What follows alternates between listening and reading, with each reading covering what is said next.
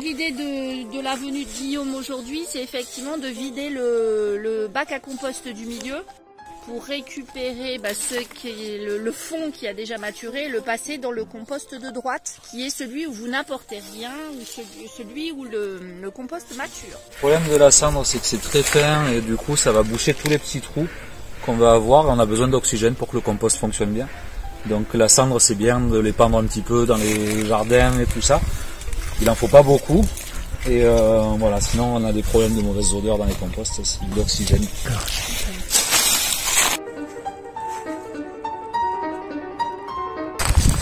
Mais 30, ça veut dire que c'est 10 degrés au-dessus de l'air ambiant, donc c'est que ça fonctionne pas trop mal.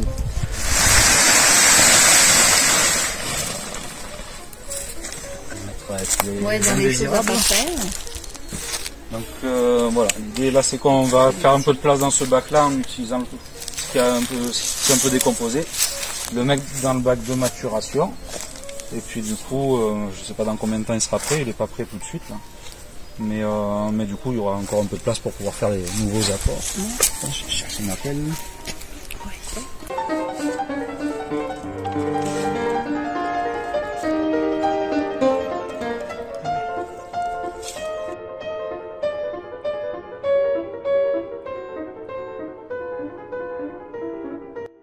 Du coup, ouais, ce qui fonctionne bien, c'est que la température est assez importante, puisque ça monte à 35 degrés.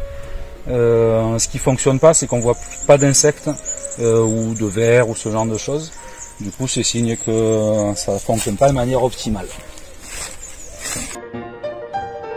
C'est une cétoine dorée, ça. Je vois plus là. Ah ouais. Ça c'est la larve et la cétoine. Attends, je mets mon doigt. Est-ce qu'on voit mon doigt? Voilà, super.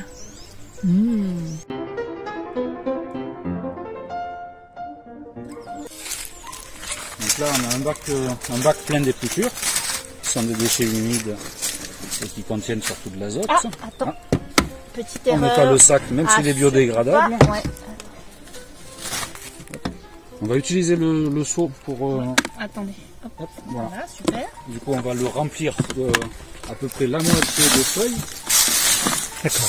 Si on avait un sac comme il faut à peu près un tiers, alors ça on ne peut pas le mettre. Les mégots de cigarettes non plus.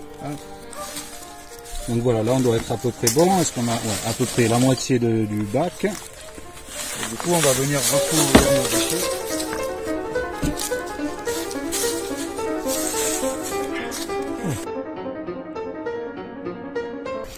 Du coup on a trouvé pas mal de choses qui vont pas dans ce composteur.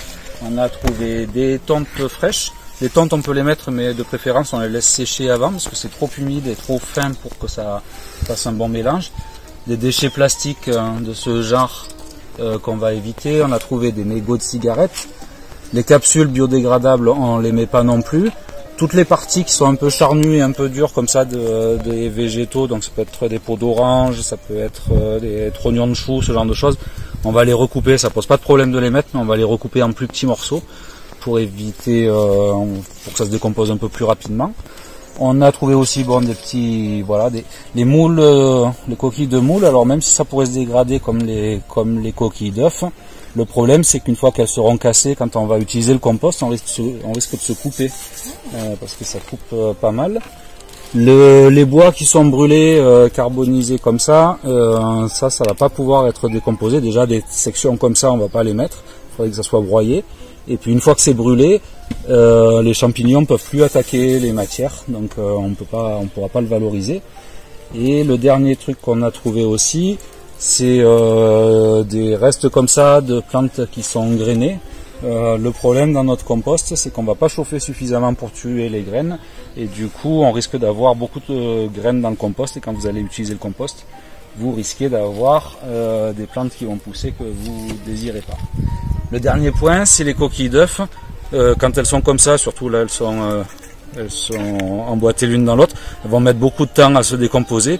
Donc les coquilles d'œufs c'est pas un problème, mais avant de les mettre au compost, on essaye de les réduire le plus petit possible pour que ça puisse se décomposer.